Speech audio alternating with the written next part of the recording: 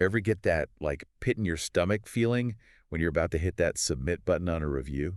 Oh, tell me about it. You know, whether you're the one leaving the review or on the receiving end, like a Judgment Day or something. Yeah, yeah, totally. It's crazy how these online reviews have so much power these days, right? It's true. And today, we're diving deep into a world where those stars really matter. Oh, yeah. Worried of Airbnb. Uh-huh. I mean, think about it. You're trusting complete strangers based on, Yeah. what, a handful of reviews from people you've never even met. Exactly. So we're going to break down how this whole review system actually works on Airbnb Okay. and what those reviews really mean, not just for the guests, but for the people hosting too. For the hosts, yeah, big time. Because let's face it, those little star ratings can either make or break your vacation or, your business as a host. Especially for hosts. I mean, it's not just about getting feedback, it's their livelihood, right? The whole system's tied into Airbnb's algorithm. It like directly affects how visible your listing is and how many bookings you get. Okay, so it's not just like bragging rights to have those 5 stars. Yeah. No, not. It actually like translates into cold hard cash. Well, yeah.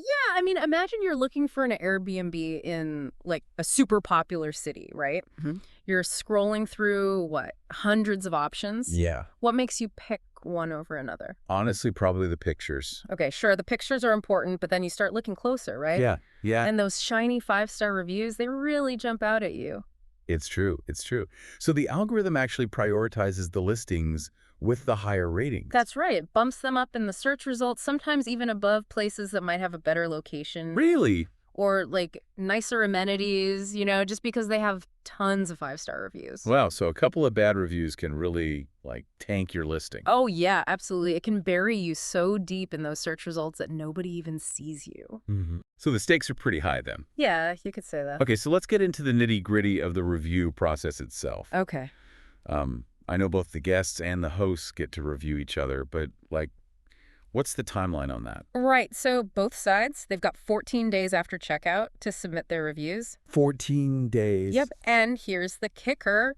Once that window closes, that's it. There are no do-overs. Oh, wow. Can't edit, can't retract, you can't add anything. So, like, if you write a really mean review in the heat of the moment, you're stuck with it. You are stuck with it. Yikes. And get this, even if only one person leaves a review, it gets published.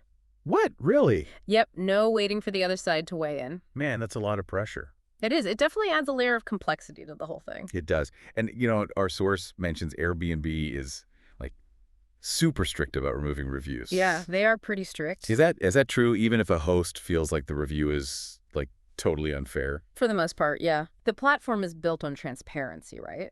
So they only step in if there are very specific issues. Right. Things like, if the review has threats or hate speech or personal info. Right.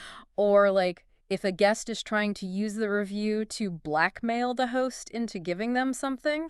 Oh, wow. I didn't even think of that. Yeah, those kinds of things they'll definitely remove. Okay, so what about, like, a review that's just straight up inaccurate? Mm. Or, like, based on something the host has absolutely no control over? Yeah. Like, I don't know, the weather was bad or something. Right, right. Well, frustrating as that is, those reviews usually stay up. Really? And that's why it's so important for hosts to be super upfront and honest in their descriptions, Okay. listing out any potential downsides or like quirks about the place. Right. That way they manage expectations right from the start. Yeah. And there are no nasty surprises that lead to, bad reviews. So it sounds like the key to success on Airbnb isn't necessarily, like, offering a luxury experience. No, not necessarily. It's more about being accurate and communicating really clearly.